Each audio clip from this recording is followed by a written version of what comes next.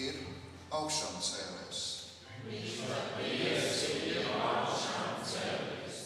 Svētīgs un gaišs jums katram vienam arī šos Kristus dzimšanu, augšām celšanās svētkus vēlot. Arī mēs iesāksim šo dievkalpojumu un mēs piecelsimies kājās. Visvarenais un mūžīgais Tevs Tēvs, mēs Tev pateicamies par šo dienu, par šo brīdi, kad mēs šeit varam arī būt. Un mēs arī ļoti lūdzamies, palīdz mums katram vienam arī saprast šīs dienas nozīmīgumu, svarīgumu, un ko Tu vēlējies ne tikai visai cilvēcei, bet arī mums katram vienam arī sacīt. Un tādēļ mēs lūdzamies, svētī mūs katru vienu. To mēs lūdzamies Tavu dēlu, Jēzus Kristus vārdā. Āmen. Un mēs apsēdušies klausīsimies arī dziesmu.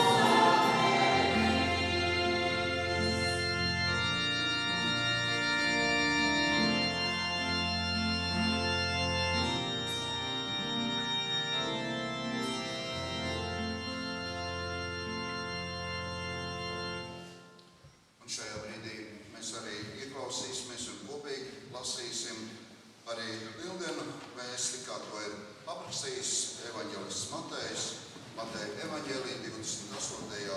nodaļā, un šodien mums to lasīs Anastasija un Reinis. Bet sabata pirmajai nedēļas dienai austot, Marija Magdalēna un otra Marija nāca kapu apraudzīt. Un redzi, notika liela zemestrīce, jo tā kunga eņģelis nāca no debesīm, piegājis novēla akmeni no durvīm un sēdās tam virsū. Un viņa izskats bija kā zibens, un viņa drēbes baltas kā sniegs, bet sargi drebēja aiz bailēm un kļuva kā miruši.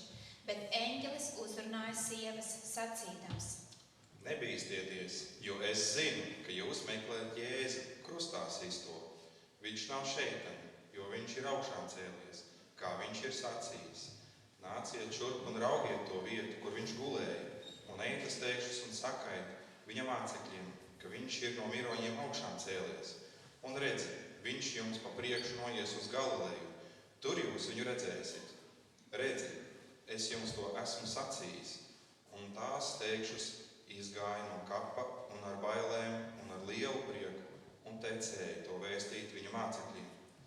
Un redzi, Jēzus nāca tām pretīm un sacīja: Esiet sveicināts, bet tās piegāja pie viņa, apkampa viņa kājas un krita viņam priekšā pie zemes.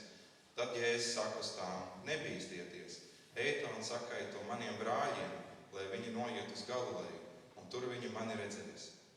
Āmen. Un tāpat kājās palikuši arī mēs kopīgi dziedāsim dziesmu. Te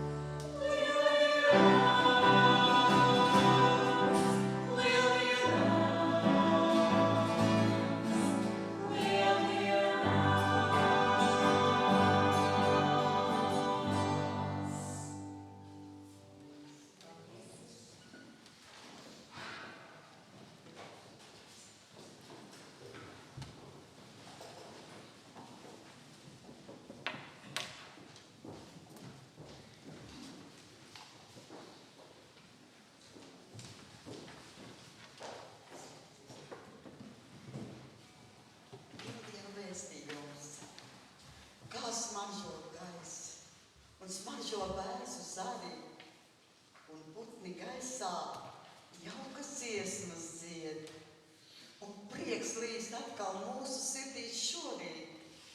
Ir Kristus augšām cēlies, viņš ir dzīvs, lai slava Kristum, mūsu dēļ viņš cieta, ar savām asinīm mūs atpirka, lai visi tie, kas viņu sirdīs uzņem, tad iemantotu dzīvi mūžīgo. Tā žēlastība mums no Dieva dota, ka savu dēlu upurēja viņš, bez mūsu nopelna, bez pašu pūlēm. Mēs drīkstam grēka nastas izsūdzēt un jaunu dzīvi sākt ar pestītāju, lai debes eņģeļi tad dziesmas dzied. Ir Kristus augšām cēlies, dziesmas izskan, kā salda smarža, birmos skaņas šīs. Nāc, ieklausies, draugs, šajās dziesmas skaņās, lai tava sirds šo mīlestību jūt, ka vari līdz ar visiem Kristu slavēt. Viņš augšām cēlies un patiesi dzīvs. Amen.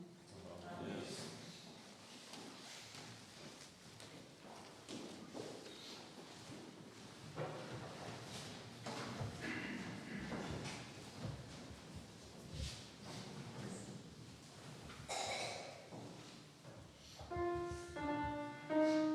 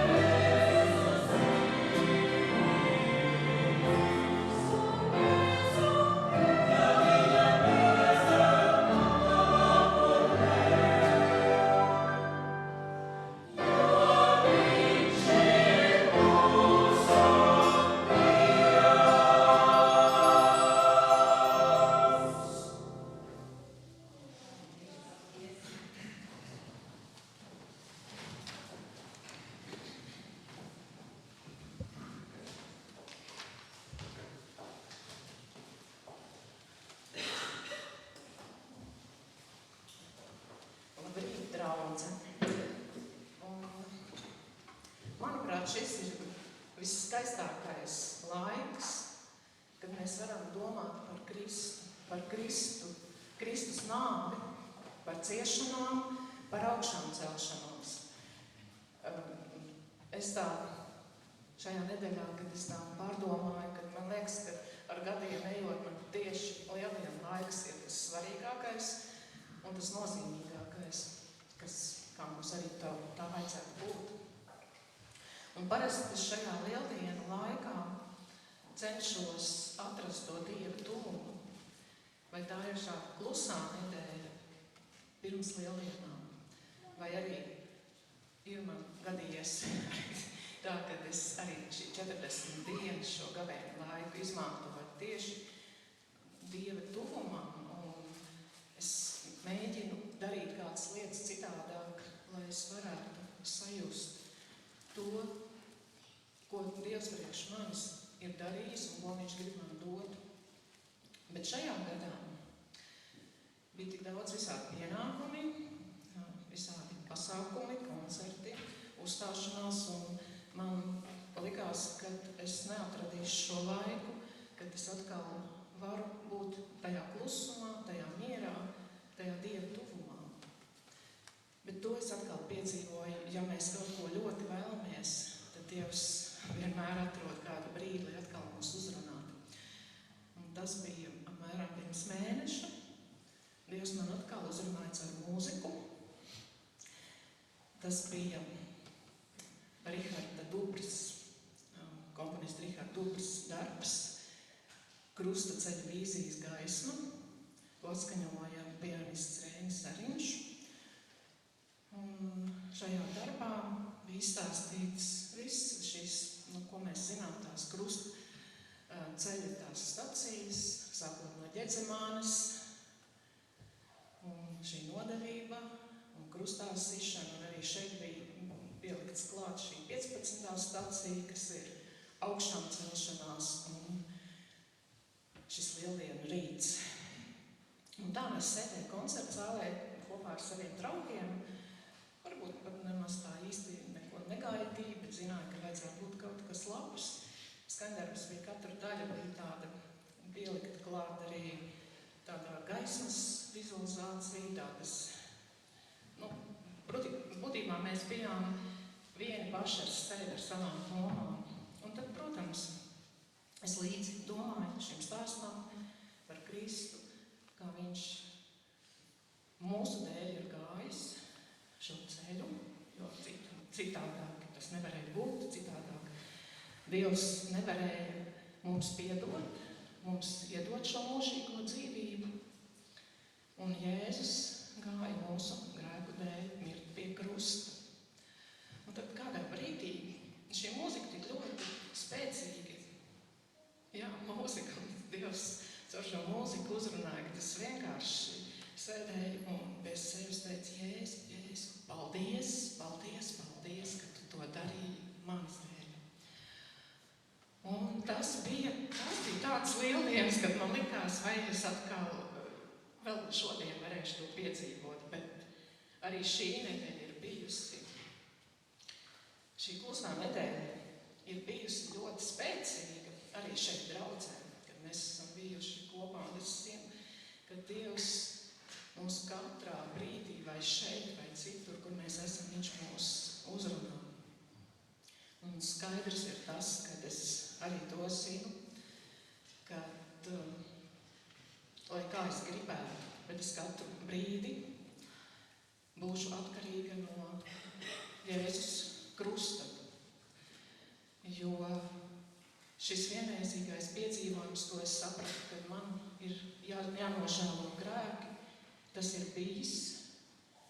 Dievs man ir iedevis mūžīgo dzīvību, bet šajā brīdī man ir jāiet uz priekšu katru brīdi, varbūt jāiet pie Kristus, bet es zinu, ka manī ir šis sensors, varētu teikt, tajā, kad es jūtu, ka nav bijis kaut kas pareizs, esmu kļūdījusies, kad es neesmu darījusi tā, kā Dievs to gribētu.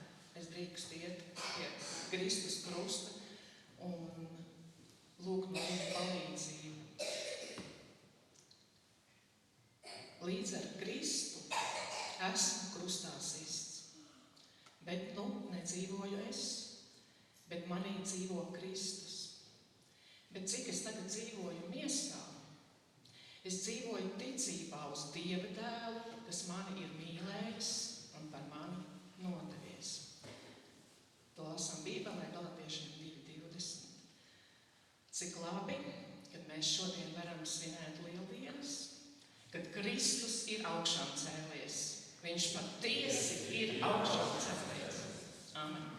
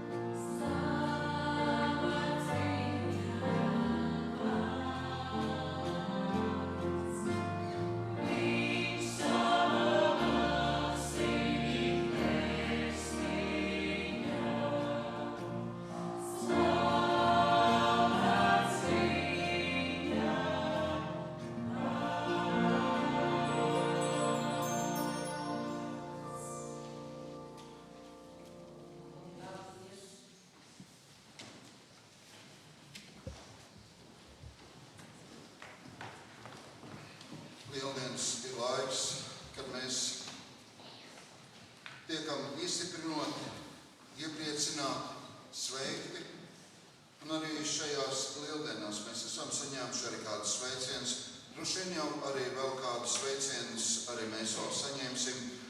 Un man jau ir pat bailes, ka es kādus arī neaizmirstu, jo vairākus arī sveicienus saņēmu arī caur telefonu zvanu, arī šeit pat no mūsu kaimiņu draudzēm, gan no Aizpuces Lutrāņu baznīcas, gan arī no Aizpuces Vasarsvētku draudzes.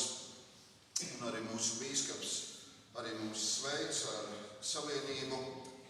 Un viņš raksta šādus vārdus: mīļie brāļi, māsas un dārgie draugi. Lieldienās mēs dzirdam vārdus: neesi neticīgs, bet ticīgs.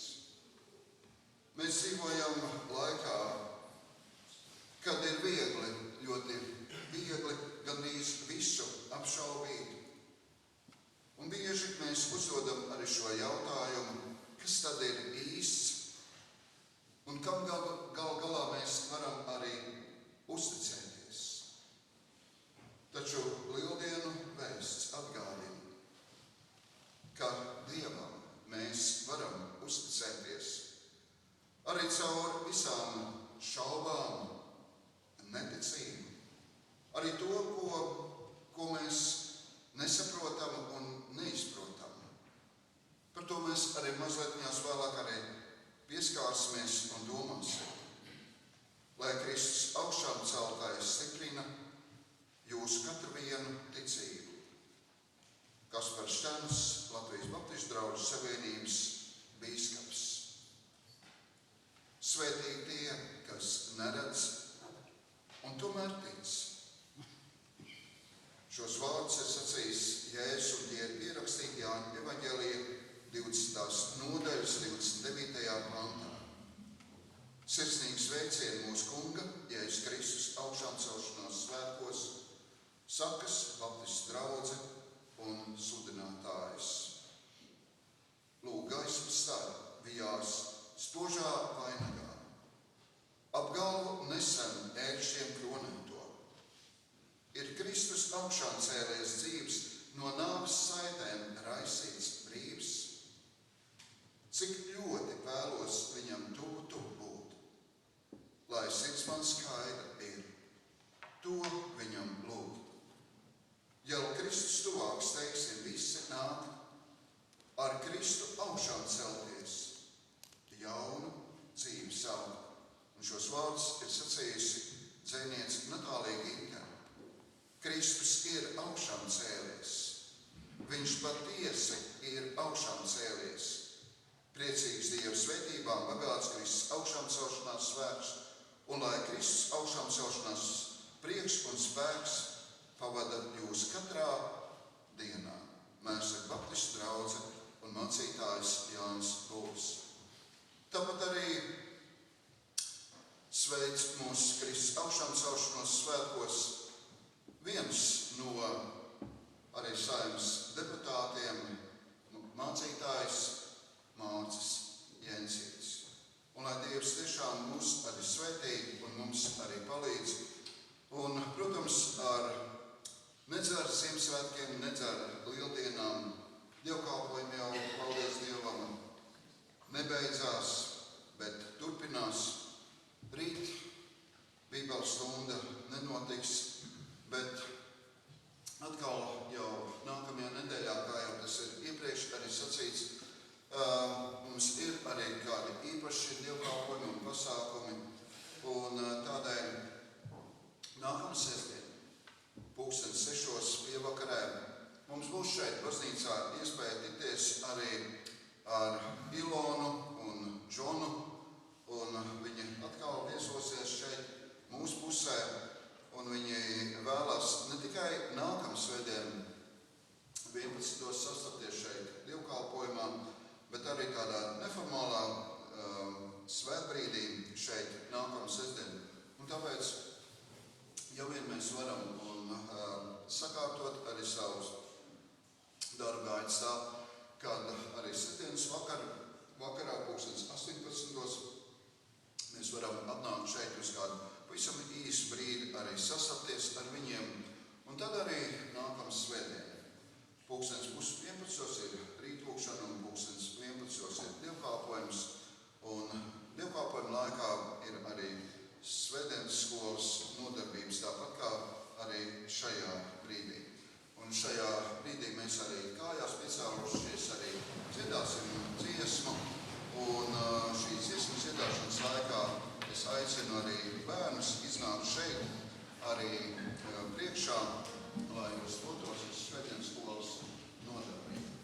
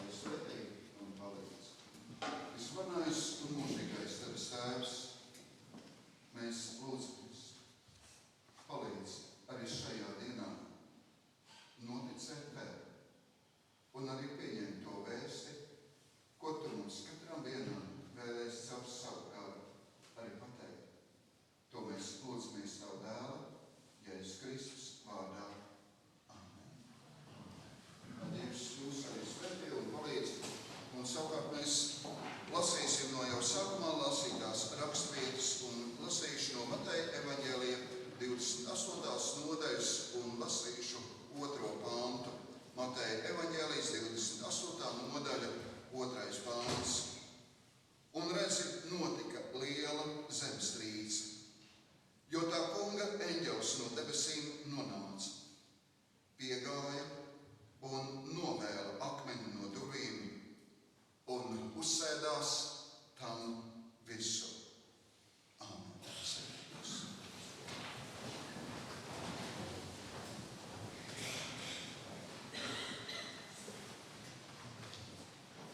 Domāju, ka tas būtu neiespējami man šodien atrast šeit dievnamā kādu cilvēku, kurš nezinātu lieldienu notikumus. Kas tur ir noticis, kāpēc mēs svinām lieldienas. Un lieldienas kaut arī, protams, ārpus baznīcas mūriem. Varbūt cilvēks tiešām, kad viņus intervē, ar ko viņiem saistās lieldienas. Tur būs zaķi, tur būs šūpoles, tur būs olas, vēl kādas lietas. Bet skatoties un klausoties arī mazsaziņas līdzekļus, to nejūt, to nedzird. To var arī nepamanīt. Un, protams, tā jau nav, kad šajā vidī sociālajā tīkla vai televīzija ir tikai pārņemti ar šīm lietām. Protams, pārēj arī kādas labas ziņas, kādas labas lietas un kādas arī noderīgas lietas. Jautājums jau ir, uz ko mēs katrs viens arī koncentrējamies un ko arī zinām. Un, protams, arī lieldienu vēstījumi. Mums katram vienam varbūt tās ir kaut kas tāds īpašs mīļš, tuvs un nozīmīgs. Un kaut arī mēs varbūt pat zinātu no galvas visu lieldienas notikumu, taču dažkārt mums sagādā kādas grūtības. Salikt tādā chronoloģiskā secībā, kā tad toreiz notiek. Varbūt pat lasot evaņģēlijus mums liekas, kad tur ir kādas pretrunas, bet mēs esam tā kādreiz arī vienkārši veltījuši tam laiku. Un tā prātīgi saliekot šīs lietas kopā, mēs redzam, ka tur nav pretrunu, ka tur ir sava loģika un sava secība. Protams, droši vien arī tā pavirši ātri pārlasot šo notikumu, kādas detaļas mums var palikt nepamanītas, palikt varbūt arī mazsvarīgas.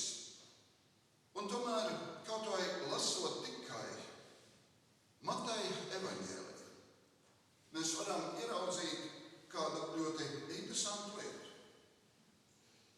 Dievam nav mazsvarīgas kādas lietas. Un kaut arī mēs varētu sacīt, Dievs it kā ir koncentrējies uz šo lieldienu brīnumu, uz šo lieldienu notikumu. Viņš nepamet cilvēku ar viņu šaubām, ar viņu neziņu. Viņš vēro un palīdz arī šiem cilvēkiem. Un kā jau es sacīju, mēs varbūt tās arī tā zinām šo lieldienu notikumu. Un varbūt tās mēs varbūt pat varētu patižoties un sacīt, es varu noskaitīt, kā manā Bībelē ir rakstīts šie panti, šis viss notikums no galvas, es esmu iemācījies. Tomēr ir arī jautājumi, uz kuriem varbūt pat ir grūti viennozīmīgi atbildēt. Un droši vien arī es nezinu pareizās atbildes. Piemēram, mēs zinām lieldienu. Un tik bieži vien gan dziesmās, gan dzejā, gan arī, protams, arī Dieva vārdā šis akmens ir pieminēts. Šis akmens, kas ir kapam priekšā. Kāpēc šis akmens tika novelts? Kāpēc? Vai tur pirms lieldienu rīt notika Dieva un Sātana sacensība? Kurš kuru pārspēs? Dievs kaut ko izdara, Sātans turas pretī. Dievs atkal kaut ko izdara, Sātans atkal kaut ko dara. Ja nebūtu novelts šis akmens, vai Kristus būtu augšām cēlies? Jā vai nē? Kas būtu noticis, ja šis akmens būtu palicis tur šīs alas, šīs kapvietas priekšā? Vēl joprojām viņš tur stāvētu, aizīmogots. Varbūt vēl joprojām tiktu sponsorēti šie karēļi, kuri tur sargātu šo kapvietu. Mēs saprotam, Kristum jau nebija problēmas. Arī šajā pašā augšām celšanās dienā, vakar pusē, kad mācekļi ir aiz aizslēgtām durvīm, apciemot, sastapt šos mācekļus šajā augšastabā. Droši vien jau arī šis akmens biezums vai šo klinšu biezums nebija šķērslis, lai Kristus varētu vai nevarētu augšām celties. Kāpēc tika novelts šis akmens? Kāpēc bija vajadzīgs šīs zemestrīce? Kāpēc tur vajadzēja parādīties šiem eņģeļiem? Vai eņģeļi tikai tajā brīdī šeit nonāca uz zemes? Tie ir jautājumi, kurus mums lasot šo lieldienu notikumu varētu arī rasties. Kas šeit notiek? Kāpēc tā notiek? Un tad lasot Mateja, kaut vai tikai Mateja evaņģēliju, mēs varam ieraudzīt tādu ļoti interesantu Dieva darbību. Matejs apraksta cilvēku, viņa darbību, viņa problēmas, un tad ir Dieva atbilde. Rīcība, ko dara Dievs. Kā rīkojas Dievs? Šajā pirmajā pantā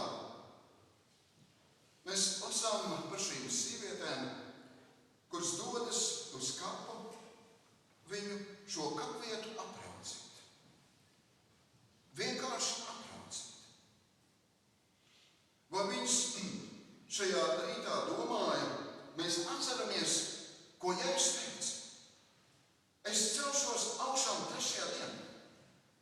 Vai tāpēc viņas gāja uz šo kapvietu, lai redzētu, ja Jēzus sacīja, ka viņš 3. dienā augšām celsies, mēs vēl tumsā aiziesim, paskatīsimies, varbūt paslēpsimies, lai pavērot, kas notiek.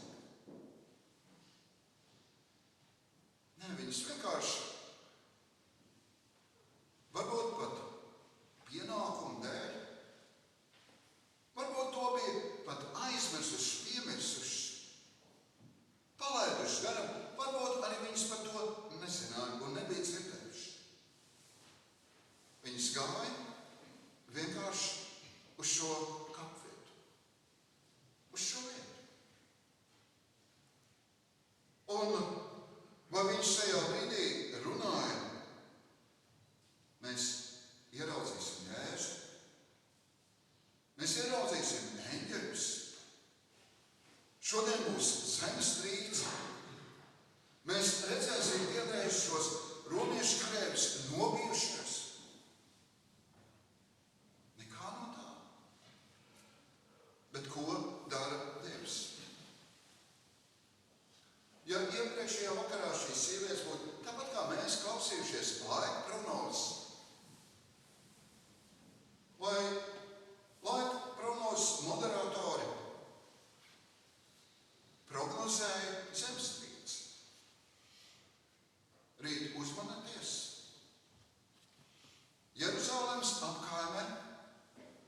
būs zemestrīce.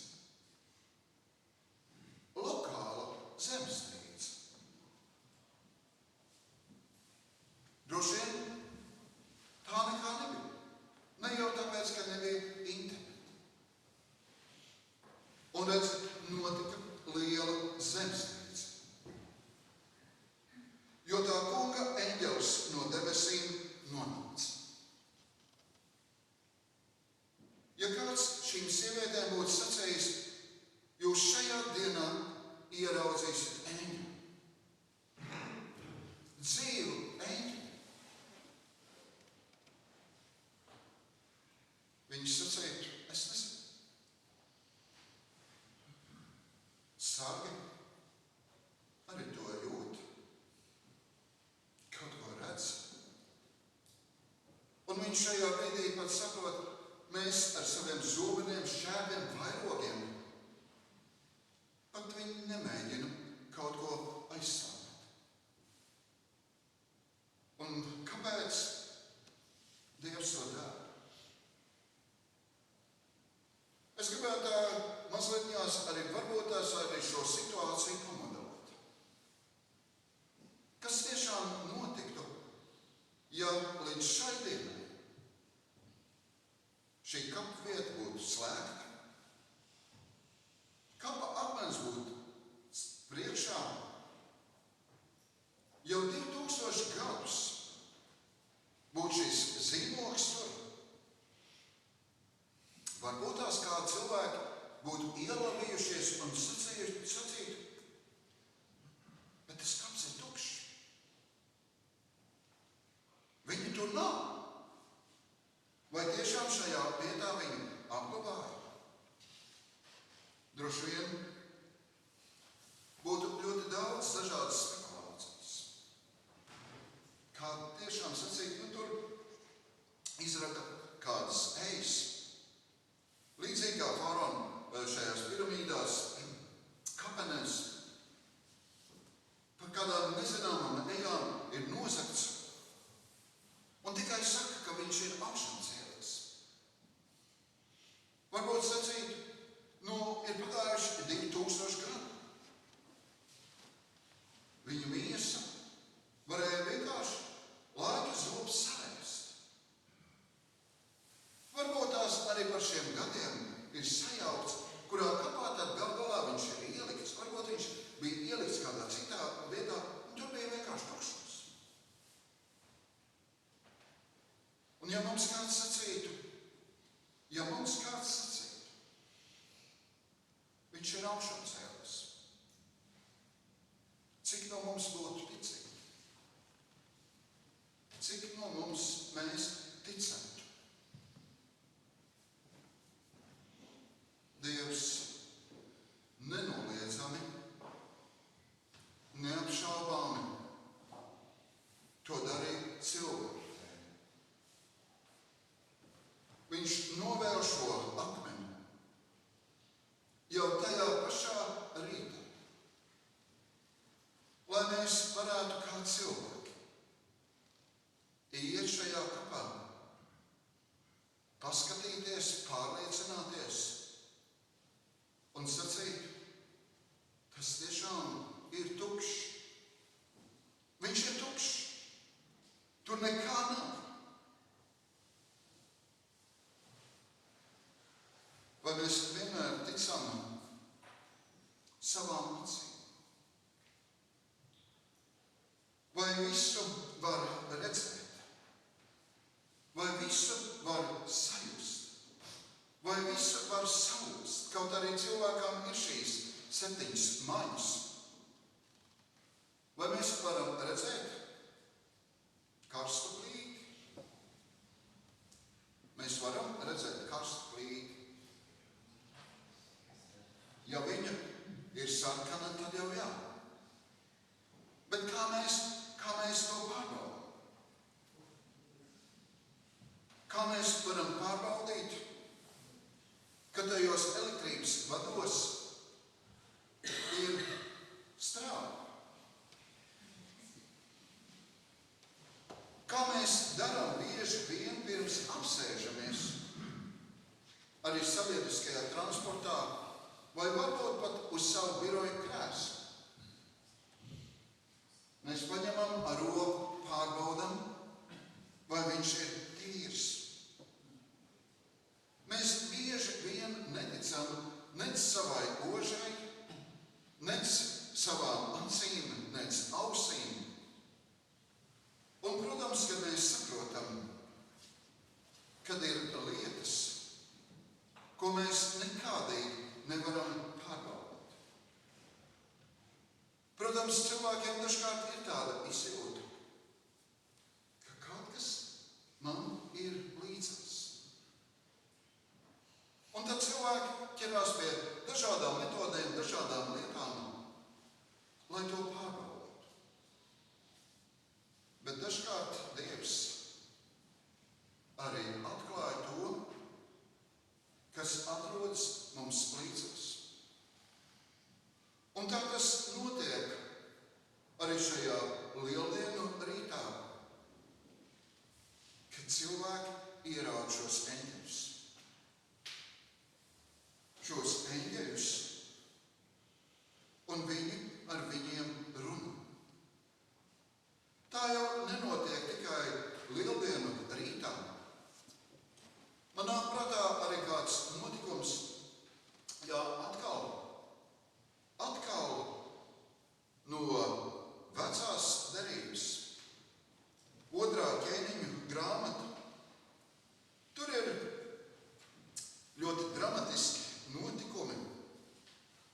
Tur ir pravietis, un tur ir viņa māceklis. 2. ķēniņu grāmata, 6. nodaļa. Un tur ir šī pravieša lūgšana. 2. ķēniņu grāmata, 6. nodaļa, 17. pāns. Tad Elīza pielūdza un sacīja: Kungs, atdari jau viņam acis, kad tas redz.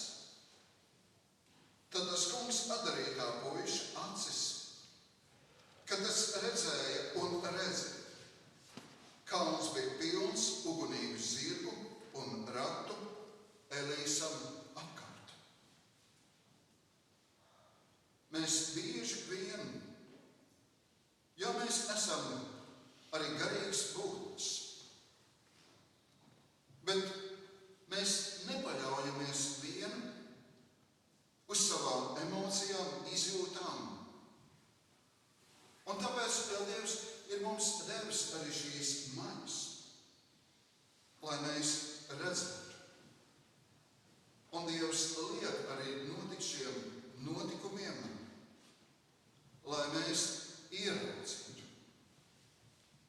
Un tāpēc Dievs arī šajā lieldienu notikumā ne tikai kā vienkārši atgādina saka, bet ja es jau jums sacīju, ka viņš celsies augšā, jums nekas tur nav jāredz, jāciet, jāizjūt. Vienkārši pieņemiet to, kas notiek tālāk. Un sievas, es domāju, mēs varam saprast arī šīs sievietes. Viņas varbūt nekad savā dzīvē neko tam līdzīgus nebija pieredzējuši un varbūt arī nepieredzējuši. Tas, protams, ir kaut kas vienreizējs. Un ja šajā brīdī Dievs nebūtu ļāvis vai līdzis šiem eņģeļiem uzrunāt šīs sievietes, ko viņas varētu šodien mums pateikt? Mēs jūtam zemestrīci. Mēs redzējām eņģeļus. Kāpēc? Kāpēc tā notika? Mēs nezinām. Varbūt tur būtu ļoti daudz dažādas arī interpretācijas. Bet eņģelis ļoti tieši un skaidri arī pasaka. Un eņģelis uzrunāja un sievām sacīja: nebīsties,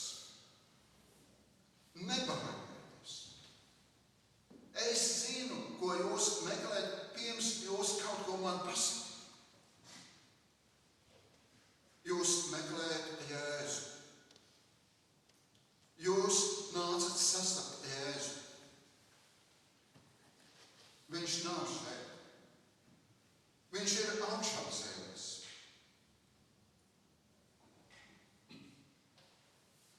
Un tā, kā viņš ir sacījis, nāciet šurp un raugiet. Un šeit ir jāsaka, Dievam nav šo noslēgumu. Viņš nesaka viņam, tikai neiet skatieties, nepārliecieties. Jums vienkārši ir jātic. Dievs saka, nē, tu netici man. Nāc skaties. Nāc paskaties, pārliecinies, ka tā ir taisnība. Un eņģelis arī pasaka, nākamais mums. Kas ir viņam jādara tālāk? Un ejiet steigšu un sakiet viņa mācekļiem, kā viņš ir augšām cēlies. Un redz, viņš noies jūs, un jūs viņu redzēsiet. Un tad šī lieldienu vēsts pavada, protams, arī vājums. Droši vien mēs katrs viens, arī visu to redzot, to sastopoties, izjust vājums. Un tas ir dabīgi. Baidījās mācekļi, viņi bīdamies no jūdiem, bija aiz aizslēgtām durvīm. Protams, baidījās arī šīs sievietes. Baidījās arī Romas karēvi. Lieldienu vakarā. Vai sievietēm vairs nebija vairs? Un tas atkal ir tā ļoti, es gribētu teikt, interesanti. Un ja mēs atceramies arī to, ko mēs varējām šajā rītā arī lasīt no šī Mateja evaņģēlija, tad 8. pantā mēs sastopam šādu vienkāršu lietu. Un tās izgāja ātri no kapa ārā. Ar bijāšanu, citos tulkumos teikts bailēm, bet ar lielu prieku. Vai mēs visu līdz galam varam iztulkot, saprast, aptvert? Un mums absolūti vairs nav ne no kā jābaidās. Nē, ir jau arī mums latviešiem šis teiciens tikai muļķis nebaidās. Protams, dažkārt mums ir no kādām lietām arī bailes. Un tas ir pavisam dabīgi un saprotami. Bet šīm bailēm ir kaut kas pievienots klāt. Prieks. Un šajā rītā mēs jau lieldienu agrējā dievkalpojumā varējām par šīm lietām arī mazlietņās arī domāt. Šīs sievietes, kad viņas aizgāja pie mācekļiem, kāda bija viņu seja izteiksme, kāda bija viņu motivācija, kāds bija viņu noskaņojums, vai viņi sacīja, tagad mēs visu saprotam, es visu zinu.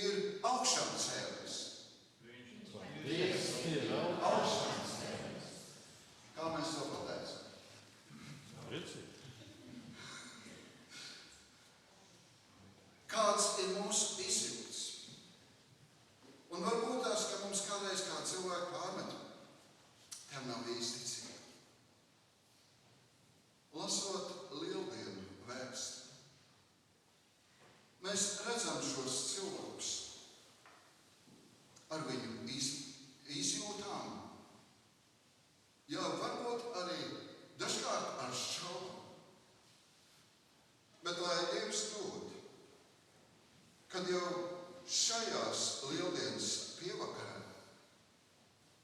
mums ir šis prieks.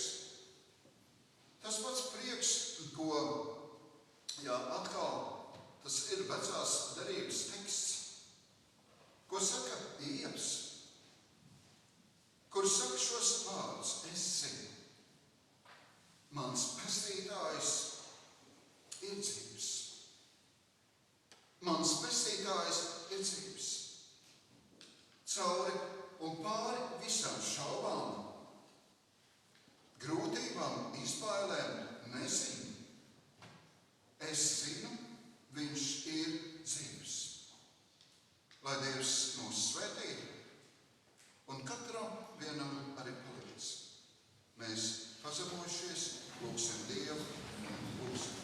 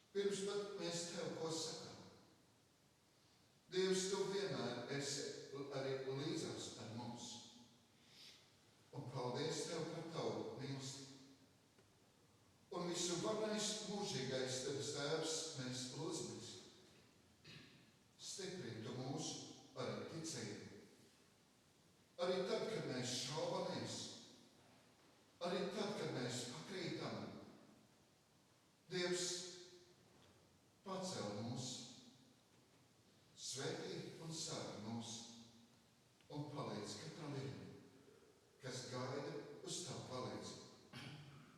Tev par visu, lai slavu, pateicību un gods mūžīgi mūžos. Amen.